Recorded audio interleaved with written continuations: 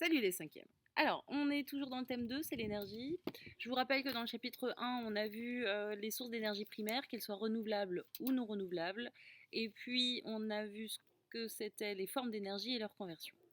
Dans le chapitre 2, dont vous avez marqué le titre, matériaux conducteurs et matériaux isolants. Et puis en deuxième partie, on verra quelques gestes de sécurité au niveau de l'électricité.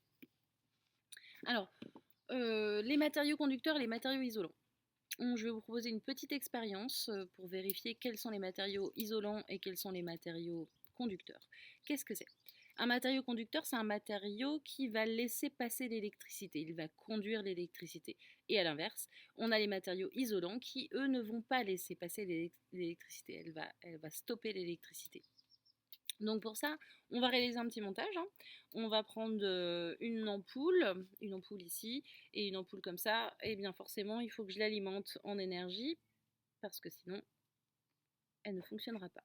Donc l'énergie chimique qui est dans mes piles va être conduite en électricité pour alimenter cette ampoule qui va convertir mon énergie électrique en énergie lumineuse.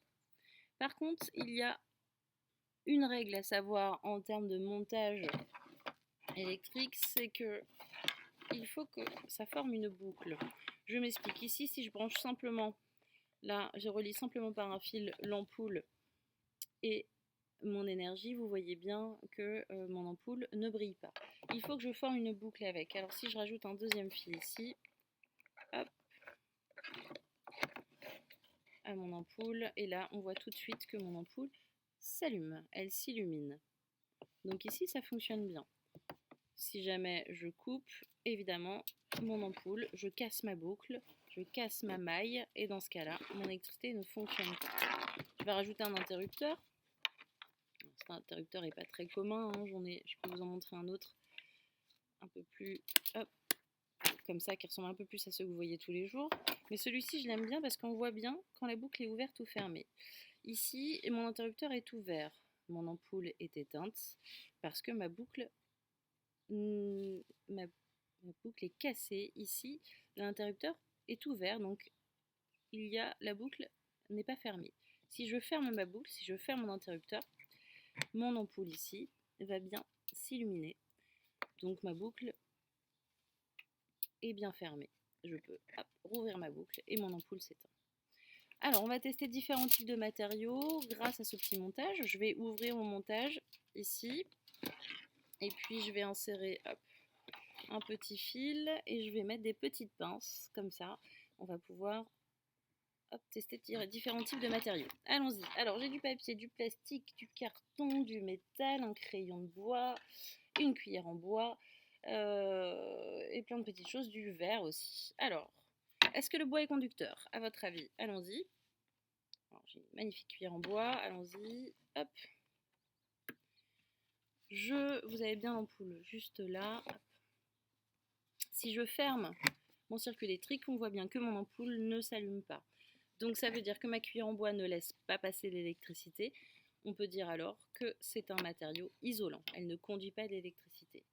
Si je prends du plastique, ici j'ai pris deux exemples, du plastique plutôt dur. Hop, ici je le mets, je vais fermer ma boucle et on voit bien que mon ampoule ne s'allume pas.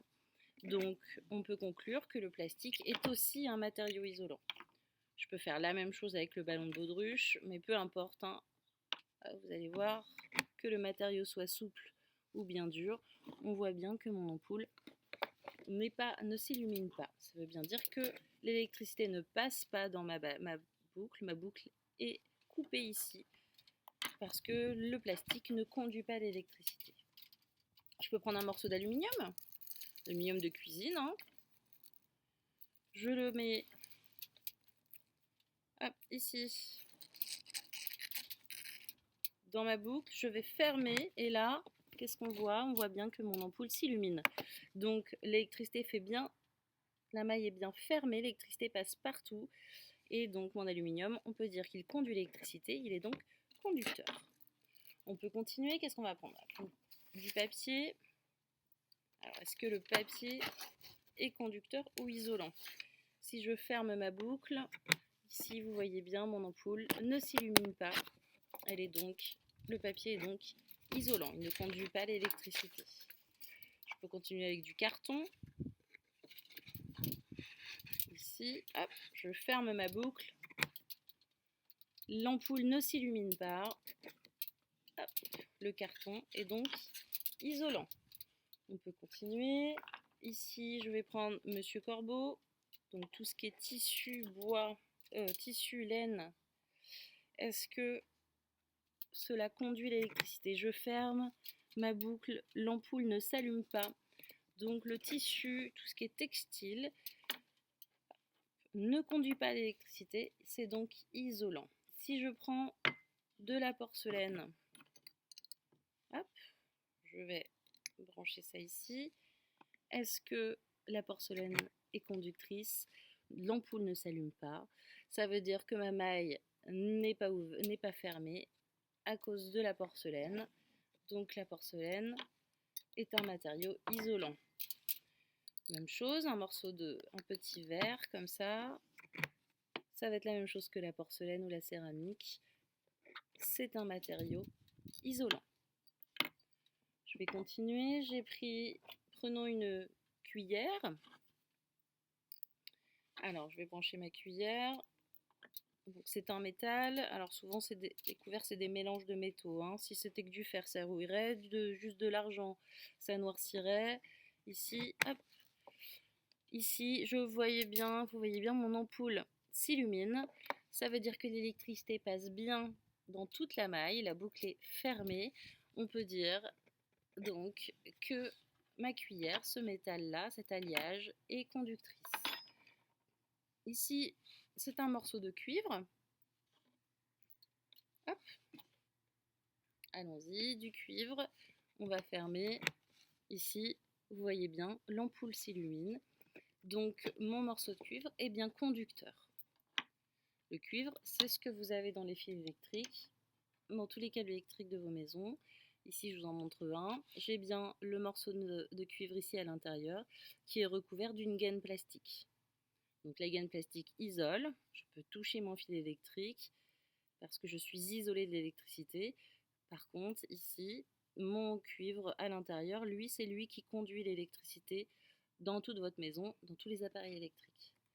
Je peux faire quoi? J'ai aussi, ici j'aurais pu prendre un clou, une vis, j'ai pris un forêt. Je vais faire la même chose. Hop. Ici, encore une autre sorte de métal. Il est conducteur, mon ampoule s'allume. Qu'est-ce que je peux prendre d'autre? Ah, quelque chose qui n'est pas très connu. Ici, vous avez un crayon de papier, je l'ai taillé des deux bords. Ça veut dire que ici, j'ai mes deux mines qui dépassent. Les mines de crayon de papier, comme ça s'appelle du graphite. Et si... Hop, ça va pas être simple là. Et si je branche ici... Hop, mes mines du crayon et que j'ouvre... Ah, ça c'est détaché. Et que j'ouvre ici, vous voyez bien, pardon, vous voyez bien que mon ampoule s'illumine. Oh non. Voilà, on voit bien que mon ampoule s'illumine ici. Donc le graphite, les mines de crayon de papier sont aussi conductrices. Alors on a pu répertorier à peu près tous les matériaux que vous connaissez. Si je reprends un petit peu, si je récapitule un petit peu dans mon tableau, on peut dire donc qu'en matériaux conducteurs, eh ben, on peut mettre tous les métaux. Tous les métaux. Ici, on a testé le fer, l'inox, l'aluminium, le cuivre. Tous les métaux sont conducteurs. Et puis en matériaux isolants, bah, c'est tout le reste qu'on a, tout le textile, papier, carton, plastique. J'aurais pu tester du caoutchouc aussi. Ça me ferait tout. Le verre, tout ce qui est verre, céramique, porcelaine aussi.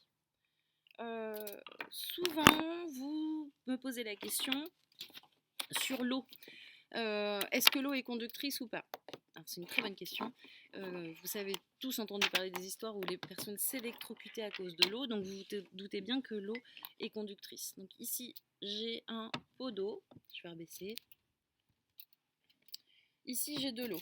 Je vais me remettre comme ça. Je vais prendre 2 morceaux d'aluminium ici qui vont tremper dans l'eau. Ils ne vont pas se toucher. Je vais rebrancher mon ampoule. Ici. Le soleil qui se rallume. Alors, par contre,